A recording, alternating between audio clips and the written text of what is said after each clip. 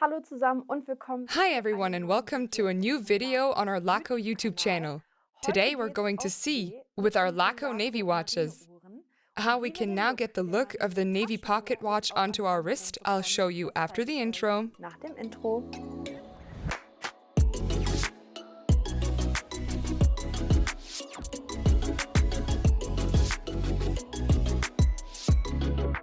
Und wie sich das für einen Talk Just like gehört, it should be in a talk, I also have some support today. Today, Steffi from Product Development is next to me. Hi Steffi. Hi, Amina. Schön, dass du da bist. Nice to have you here, today for the first time from the showroom in Pforzheim. Steffi, the customers are welcomed here at the showroom, where they can look at all the watches and, most importantly, try them on. So very practical. Today we're talking about Laco's Navy watches, because Laco isn't only up in the air, but also at sea. To be more specific, the two hand-wound Navy watches, Cuxhaven and Bremerhaven. We'll take a closer look at those in a second. The two watches were created based on the Navy pocket watch from the 1940s. At that time, there were very specific requirements as to what a watch had to look like. Can you tell me first, Steffi, where these specifications came from? The specifications came from the German Nautical Observatory in Hamburg. They commissioned these watches and also described exactly how the design should be. At that time, as with the pilot watches back in the 1940s, there were only a few manufacturers that could actually meet these specifications. And Laco was one of the companies that were able to do so. The specifications include, for example, the matte black Arabic numerals that we see here on the original pocket watch from the 1940s. And also the railroad minute track, which we adopted here on the replica and later on the two wrist watches as well. The pocket watches were a permanent fixture at sea back then. What were these watches actually used for? The pocket watches were used by the sailors to be able to take precise measurements on deck. One of these measurements was for determining the location, for example. These ships were obviously moving, and the sailors had to know where they are. To determine this, they were dependent on the stars, on a sextant, and on a precise time. The ships at that time had permanently installed ship chronometers, but of course these had to be adjusted regularly over the course of the voyage. The sailors could use the pocket watch in the local ports to transfer the time there to the watch, and then use the pocket watch, which fortunately was mobile, to transfer it to the chronometers on the ships. So with the Navy watches, just like with our pilot watches, we are holding a piece of contemporary history in our hands. Steffi, let's take a closer look at the watches now. We have two variants here. The bright version Cuxhaven with a white dial and cream-colored leather strap, which you also have around your wrist right now. And for those who prefer a dark version, there's the Bremerhaven, black dial and black leather strap. So which elements were adopted from the classic Navy pocket watch, Steffi? So, first and foremost, we adopted the hand-wound movement, which happens to be a typical detail. We have adopted the large Arabic numerals to ensure good readability. We also see the railway minute track, and we have the small second at the 6 o'clock position.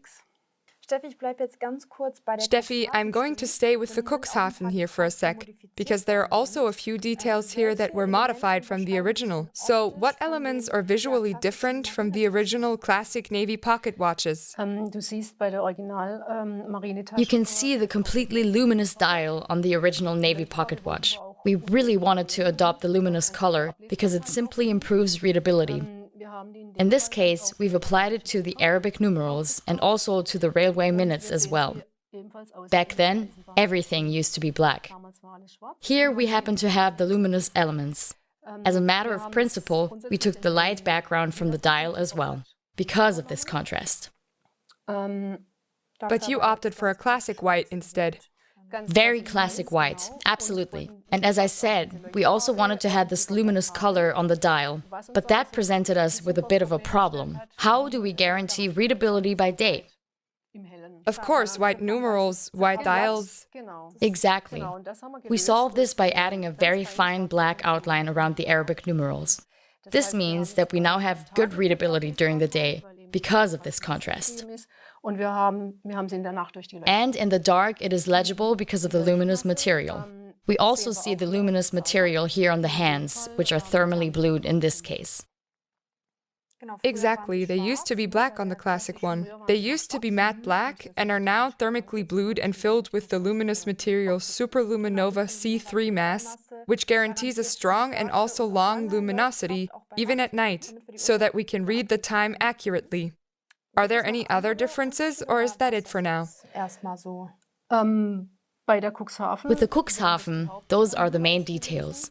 Maybe we can briefly say something about the Bremerhaven then. Right, there we find differences between the two versions once again. Exactly. We also wanted to cover different tastes, and because not everyone likes this typical light-colored dial, we decided on a black dial for a clear contrast. Also with the luminous material on the Arabic numerals, and, in this case, on the complete minute track on the outside. The hands are now matte black, so we've kept a little more to the original in this case.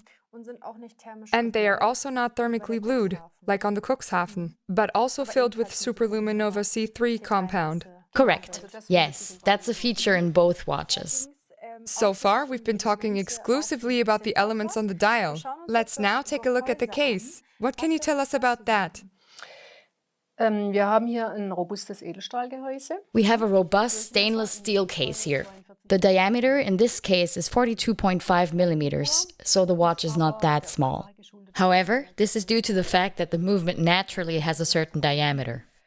I'm sure we were going to cover that later. As far as the surface is concerned, you could say that it is a beautiful brushed surface to also achieve a certain elegance. This is also reflected in the relatively flat case. You can see the polished elements, such as the fluted bezel, which is also typical for navy watches. This is also repeated on the bottom of the case, on the lower edge of the case, and on the crown. So there are also a few polished elements to make the whole thing more elegant. The crown is not just polished, but also pretty large. That was deliberately chosen that way. Yes, absolutely. It was chosen deliberately because these are hand-wound watches that have to be wound regularly, unlike automatics. In order to ensure good operability, you simply need a certain diameter for that. Also to make the whole thing easier to hold. Absolutely. Speaking of hand-wound, this is the heart of the watch, the movement. And we are looking at the movement through a large sapphire glass bottom here, Steffi. Tell us a bit more about that. Exactly. Here we have the ETA 6498 hand-wound movement, which, in this case, we gave a beautiful design to support the elegance of the watch even more. Beautiful design, beautiful decoration. And also, above all, very elegant. Exactly. And we can see the Geneva finishing on the bridges here. These big parts that we can see on the movement. We have the sunray pattern on the gear wheels. That sunray pattern, which looks like the sun rays, also provides for a nice reflection. And we have the small wheel, which is the crown wheel. And the ratchet wheel, which in this case also has our logo on it. There are quite a lot of stones around it, blue and red. Do they also have a function? The red ones are actually synthetic rubies, where the rotating parts of the movement are having their bearings. Because they have to be fixated in the movement, and the synthetic rubies ensure that there's no abrasion in the process. Because abrasion would cause small chips to fall off, which would really not be good for the function. That would damage the movement. Yes, exactly. And the blue stones? The blue stones are screws in this case. Little screws. Oh, okay, screws. Yes, because all the parts have to be mounted and fixed. The blue is achieved again through the thermal process. So they're thermally blued, just like the hands.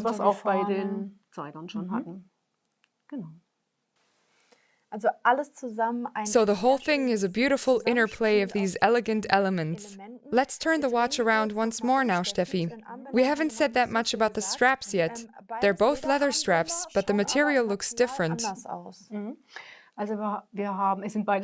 They're both calfskin straps. What we have here is a kind of nappa leather. If you touch it, it almost feels a bit rough. but nicely soft. But also pleasant on the skin. The strap itself has a flat design, so it's not padded. It is very comfortable to wear, and the cream color also goes well with the light dial. Here we also have a calfskin leather strap, but with a bit of, I don't want to say buffing up, but it's different from this matte leather here. It's slightly padded in this case too, and has a nice decorative stitching, but it's also very comfortable on the wrist because of the padding. And both also have a pin buckle. That's right, both have a stainless steel buckle in this case, also branded with our logo, of course, like all our watches. What if a customer doesn't like either strap? That's possible, right? Is there another option available?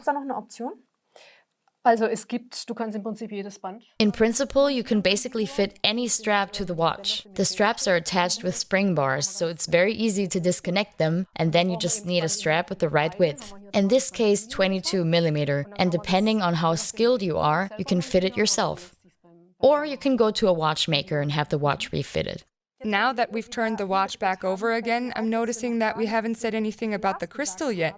Here again, it's sapphire crystal, just like the bottom. Correct. It's sapphire crystal. It is ever so slightly curved on the front and also has an anti-reflective coating on the inside to maintain good readability here as well. Let's talk about the diameter of the watch once more very briefly. We already mentioned it at the beginning. 42.5 millimeters and only available in that size, Steffi. That might be an interesting point for some of you out there. So what is the typical wrist size?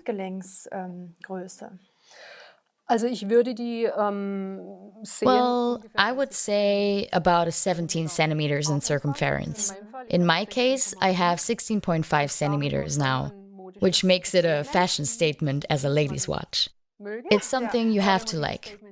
But if you don't mind being out there, the watch wears very well. For men, I'd say we start at a 17 or 17.5 centimeters.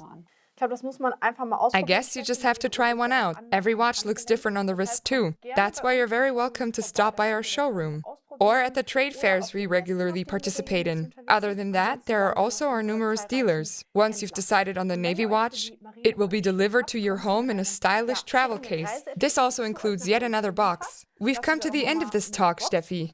The presentation of our Laco Navy watches. Thanks so much for being here. You're very welcome. I had a lot of fun. Me too.